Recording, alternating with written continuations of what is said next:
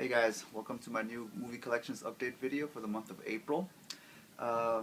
Feels like it's been a while since my last movie update video, but I think it's only been about 2.5, maybe 3 weeks since my last one. But if those of you out there in YouTube world have been checking out my videos and my page, you pretty much know that I've uploaded 2 videos, after my last movie update vid. So if you haven't checked those out, you should definitely check those out. Again, it's something new and creative, I guess. One of the videos basically I did about some of my hobbies and some of the things that I still do in terms of my hobbies, some things that I actually bought during the previous month. So definitely check that video out so you can see what some of my hobbies are. It's actually pretty funny, so definitely check that out. And then the last one's kind of like a bit of a my take on the Dead Space 3 trailer, which I really enjoyed, and I'm playing, as a matter of fact, so I'm really enjoying that a lot too. So definitely check out my my previous 2 videos. And anyway, well, here we go. This is my April movie collections update video. So again, have another small little batch of films to show you. So let's get started. All right. So the first film that I'm actually going to show you guys is Denzel Washington in Flight. Basically, Denzel Washington is a airplane pilot who happens to go in one day to work. I believe he's drunk and he's high on heroin, I believe. And he manages to fly this plane and actually avert a severe catastrophe from happening. I believe there was some sort of mechanical issue with the plane, and he managed to still land this plane in a very awkward way. But he still manages to land the plane and avert a major catastrophe, with the loss of pretty much everybody on board. So he manages to avert all of that. But the real drama basically is what happens afterwards when people began to find out that he was intoxicated and high on drugs before going in to fly this plane. So a lot of the movie basically is just seeing how Denzel Washington handles that situation, how he's trying to cope with his addictions, and trying to flee from the media, not wanting to talk to anyone, but still trying to look for people that can kind of help him, admit to, or having him admit to the fact that he's having this problem. So it's a great movie. I love Denzel Washington's performance in this, just seeing how he handles the situation, his character, dealing with this and just trying to find himself, trying to find his path, to making himself whole again, and, and that nature. Again, it's a really great film. The entire opening sequence with the plane crash, it's really amazing, really a lot of tension in there, and just seeing how he manages to deal with that, how he manages to avert a really big, catastrophe with that, even though he is under all these influences, but he still manages to do what he needs to do anyway. But, again, this is a great film. I definitely recommend it. If you haven't seen this yet, definitely check out Denzel Washington in Flight. So it's a good one.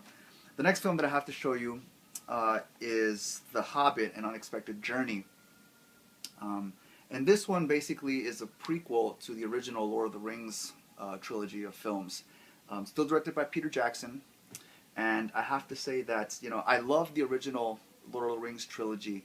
So I never actually got to see this in theater, so this is the first time I'm actually watching this. So I had a couple of reservations. I wasn't really sure if I was going to enjoy this, as much as I did the original 3.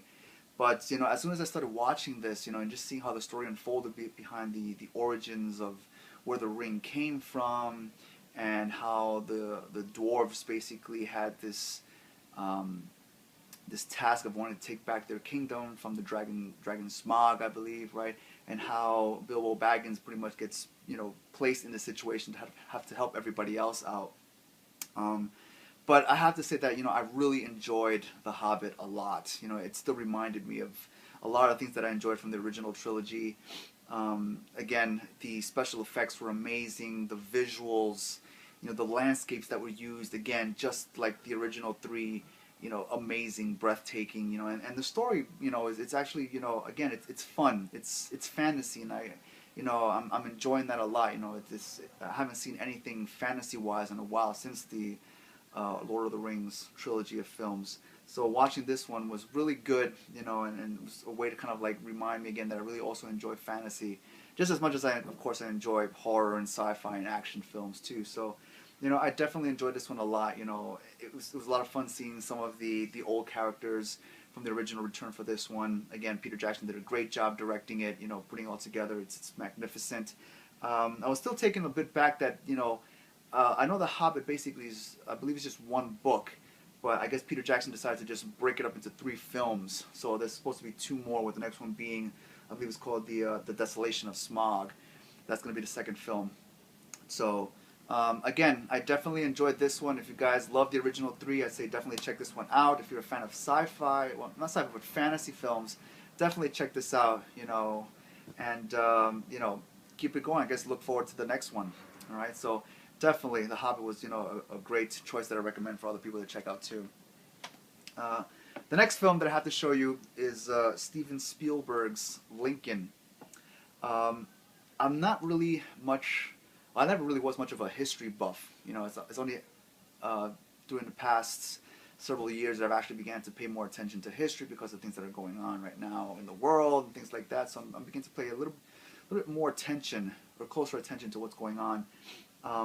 But just seeing this film and just seeing how Steven Spielberg carefully handled the history behind what Lincoln was trying to do in terms of trying to pass the Emancipation Proclamation, giving the slaves their freedom, and just how the larger cover-up of the military trying to find ways of taking the power away from the South by I believe trying to coerce the slaves that were part of the Confederate Army in the South, trying to grant them their freedom in turn for having them join the Union Army and things like that. I mean, again, I'm not sure if I'm actually accurately depicting or telling you basically how this actually goes historically. I'm just going basically by what I saw in the film. But I mean, regardless of that, even if I'm not telling it the way it's supposed to be historically, in terms of being historically accurate, again, I really enjoyed this film. I like how Steven Spielberg approached this particular topic, how he handled it with a lot of care to make sure that he's representing, not only Lincoln, but every facet, every aspect of what was going on during the time when the Emancipation Proclamation was going to be brought up for a vote, and all the sides that were in favor of it and against it, and just all the politics that was involved in trying to get the Emancipation Proclamation passed, and just all the stuff that Lincoln actually did in order to try to get it passed as well. So I would actually appreciate the fact that all of that was brought to light in this film, because a lot of this stuff, again, growing up during elementary and high school, the history books never really covered a lot of this stuff. So it's only afterwards, when you read other more detailed documents or books, that you read about the finer points about what really happened historically with a lot of these events. So it's good every once in a while when a film actually really uses a lot of that deeper source material to accurately portray what really went on with some of these events. So, and again, Steven Spielberg does a great job again of handling all this, being very detailed and meticulous in terms of trying to portray every single aspect of the film, whether it was the brief war sequences at the beginning of the film, to again just the look and the feel of this particular time period, and Daniel Day-Lewis, I have to say, did an amazing job portraying Lincoln as well. I was really amazed at just how well the makeup, made him look so just like Lincoln himself. So I was really, amazed by that. I really, enjoyed everything about this film. So I definitely recommend, for you guys to check out Lincoln if you haven't done so already. It's one of, Steven Spielberg's finer films that he's done as of, in recent years. So I definitely say check this out. The next film that I have to show you happens to be Elizabeth Olsen. If you don't know, she happens to be, I believe, the youngest of the younger sister of the Olsen twins, Mary-Kate and Ashley Olsen, which I wasn't really sure of. I had to actually look that up on Wikipedia just to make sure that was actually true. And this movie happens to be her breakout role, and it's Martha, Marcy May, and Marlene. So basically, Elizabeth Olsen plays this character named Martha, who um, for a time was living with an occult family where she went by the name Marcy May. Now, basically, when she was with that family, you know, she became very institutionalized to behave a certain way, to do certain things, you know, to kind of like oblige the male people that were living in the house. I mean, there were a bunch of other women there too, but they were basically just like serving the men. So basically, she had to do the same thing.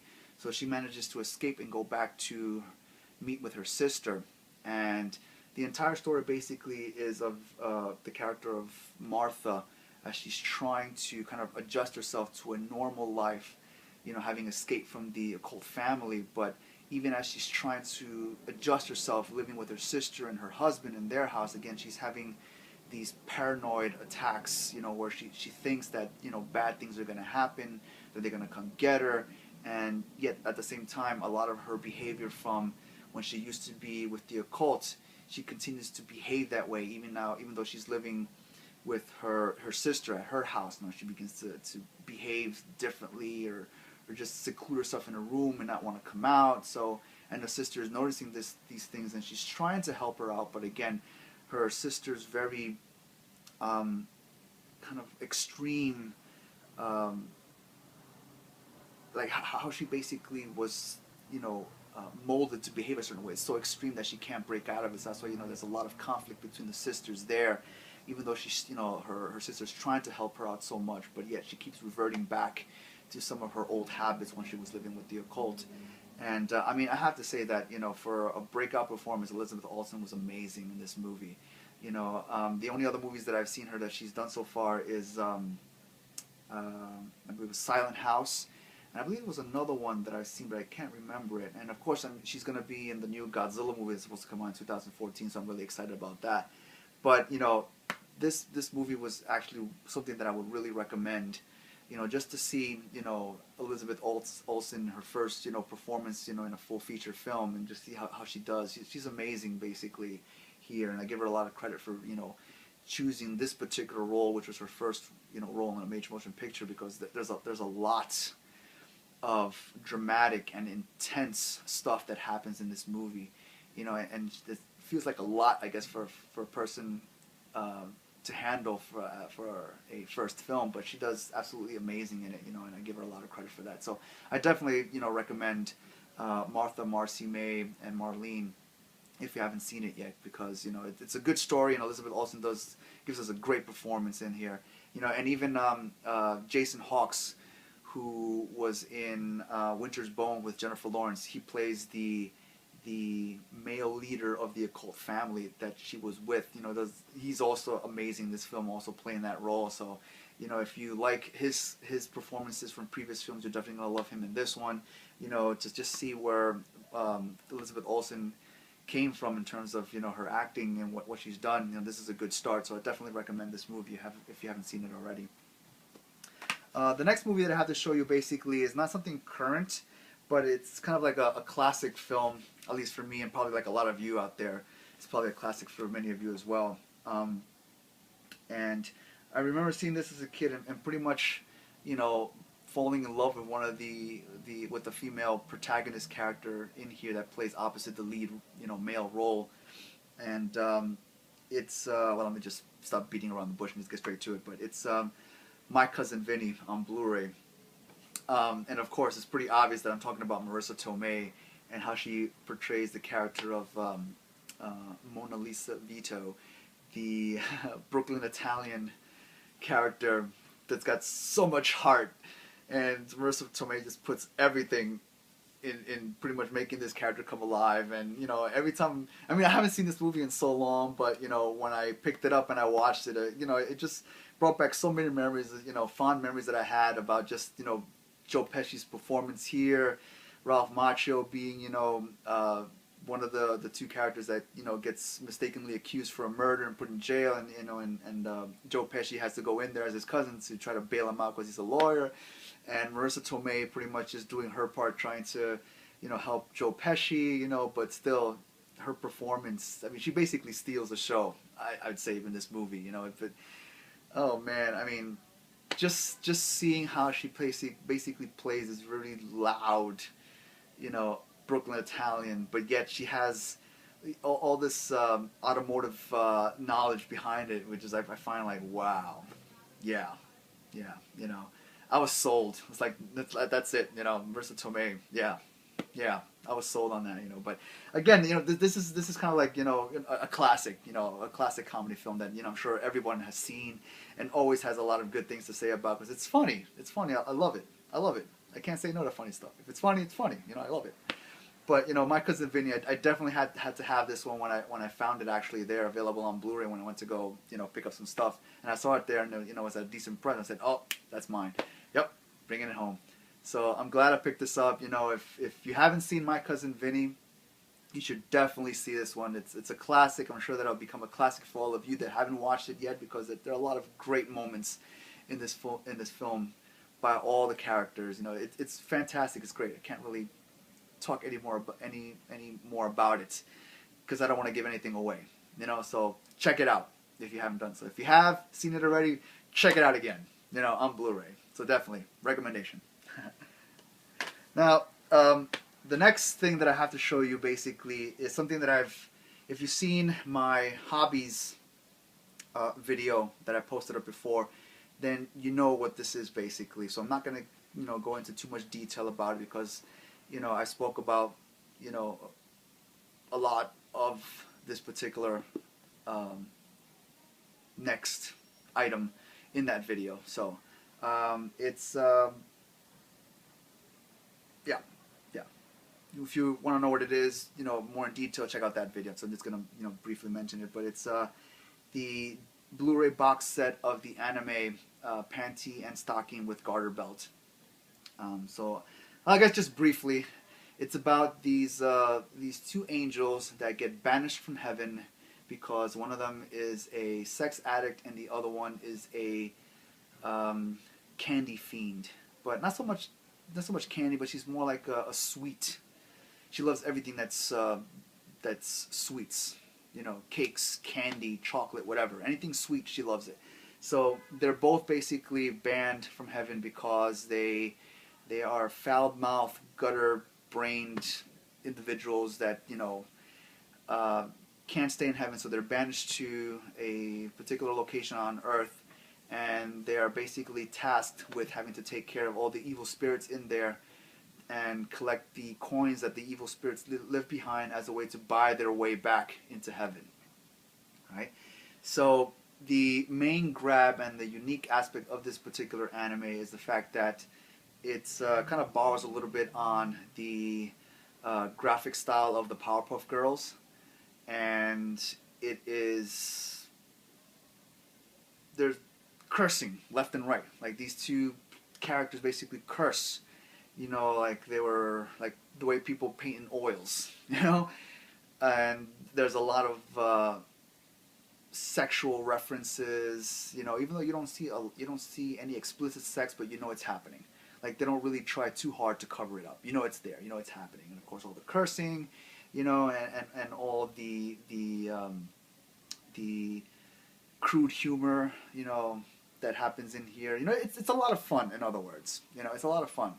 Right, so it's definitely unique for the fact that I've never seen an anime that does this before, you know, and I've seen a lot of anime, you know, Dragon Ball, Rurouni Kenshin, Evangelion, the list goes on, but I'm not going to get into too much detail about that. But, you know, again, I have to say that, you know, I didn't know what I was in for, what to expect from this, but I turned out to be pretty, you know, pleased by what I got.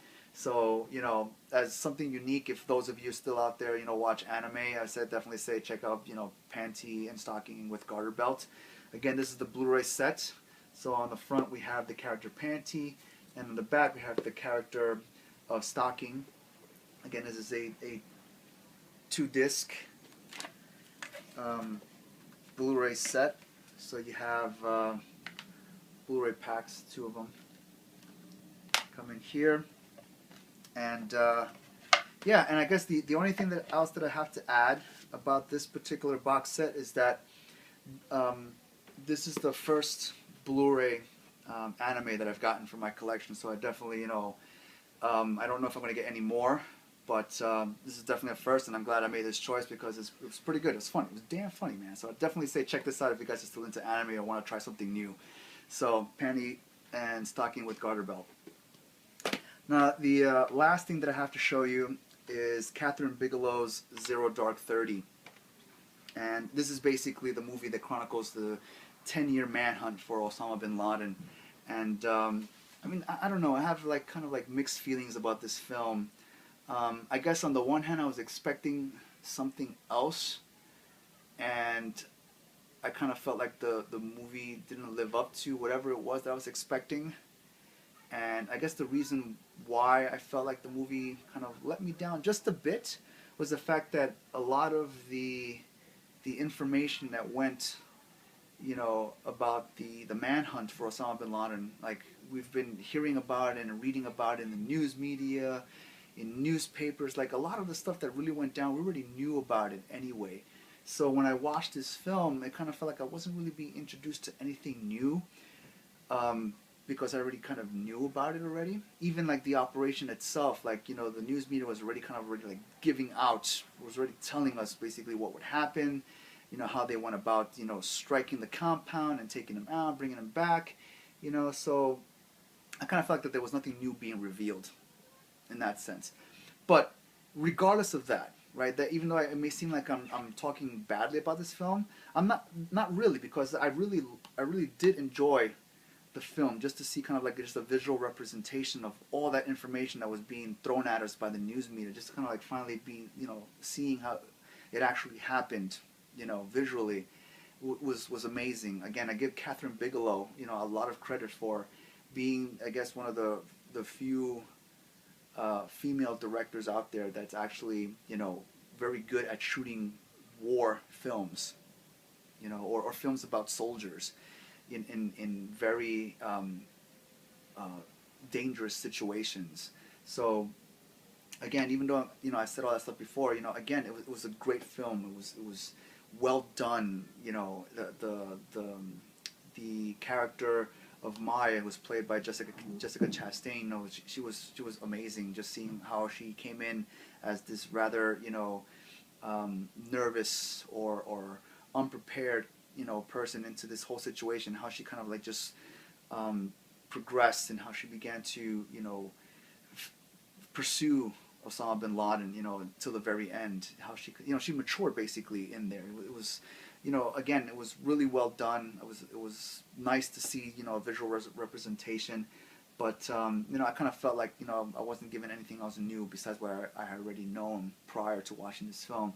And I'll go on to say that basically I actually enjoyed The Hurt Locker a lot more compared to this one, right? But I'm still not taking anything away from this film. It was amazing. It was well done. I give Catherine Bigelow a lot of credit, you know, for taking up this project. It was very ambitious, and again, she delivered on it, you know, on, you know, giving us the real story behind the manhunt for Osama bin Laden. So I definitely say check out, you know, Zero Dark 30, you know, if you haven't done so already. You know, if you, especially if you enjoyed The Hurt Locker, you know, it's pretty much the way it was made, you know, is the same thing with Zero Dark 30.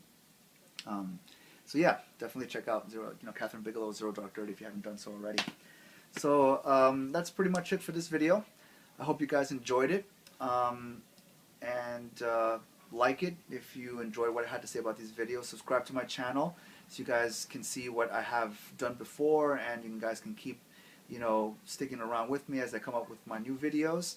Definitely check out the previous 2 videos that I had done prior to this one, so you can, you know, see what I've been doing last month, things like that. And I'll probably post like links in the description for those videos anyway. But definitely check those out, and I guess I'll see you guys on the next movie collections update video. Alright guys, take care. Hey guys, welcome to my new movie collections update video for the month of April. Feels like it's been a while since my last movie update video, but I think it's only been about 2.5, maybe 3 weeks since my last one.